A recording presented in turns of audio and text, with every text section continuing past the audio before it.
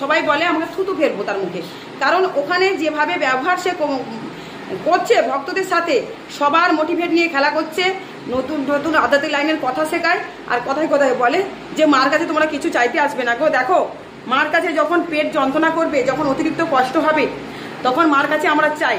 তাহলে মার কাছে আমরা চাইলে কি মা তা দিয়ে দেবে? তার কর্মফল অনুযায়ী দেবে। কিন্তু তুমি কি করছো? তোমার কাছে মা দর্শন দিয়েছে, দেখা দিয়েছে নাকি? তাহলে তুমি কি করছো? যেমন দেখো, এইখানে ওপেন চ্যালেঞ্জ দিয়ে গ্যারান্টি সহকারে মানুষের কাজ করছি। আজকে এতগুলো ভক্ত ফোনের মাধ্যমে আমি ওদের কাজ করেছি, যারা যারা এখানে এসছে তাদেরও কাজ করে দিয়েছি।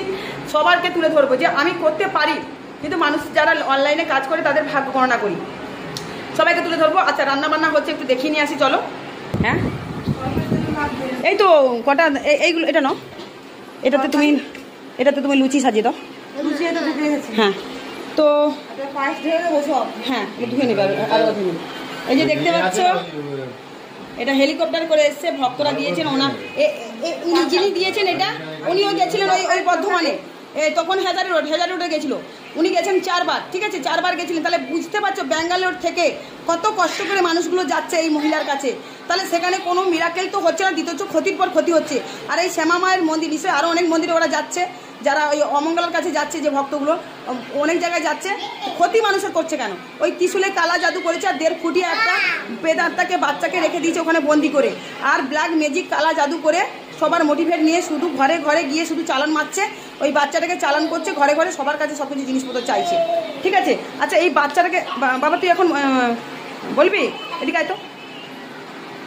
এই যে বাচ্চাটা দেখো, এই বাচ্চাটা কোথায় বাড়ি একটু বলে দাও। আমার বাড়ি চিত্তরঞ্জন, সন্তোষী পল্লী, মিলন মন্দির। মিলন মন্দিরের নিচে। মিলন মন্দিরের নিচে, আচ্ছা। আচ্ছা, এই বাচ্চাটা, আচ্ছা তুমি বলো।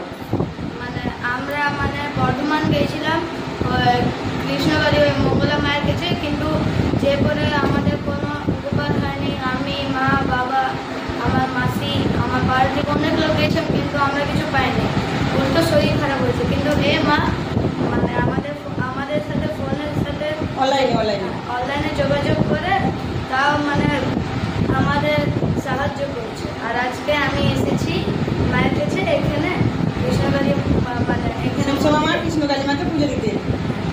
হ্যাঁ, আচ্ছা, যা যা করেছি তোমার মা বাবা সব সুস্থ আছে তো? হ্যাঁ আছে। তুমি ভালো আছো তো? হ্যাঁ। আর যাদের কাজ করেছি তারা ভালো আছে তো? হ্যাঁ, ওরা ভালো আছে। আচ্ছা, ওরা এখন আসতে পারেনি, আর যারা যারা এসে তাদেরকে তুলে ধরবো। কিন্তু এখন আমার মায়ের অন্যরকম কাজ হচ্ছে, বুঝতে পারছো, মায়ের শাড়ি পরানো হচ্ছে। আচ্ছা, কখন এসছো বাবা বলে দাও। আমি এসেছি আমরা যে ঘর থেকে কাল রাতে বেরিয়েছি, আর শিয়ালদাতে আমরা নেমেছি, তারপরে ওখান থেকে আমরা মল্লিকপুর এসেছি, আর আমরা এখানে 6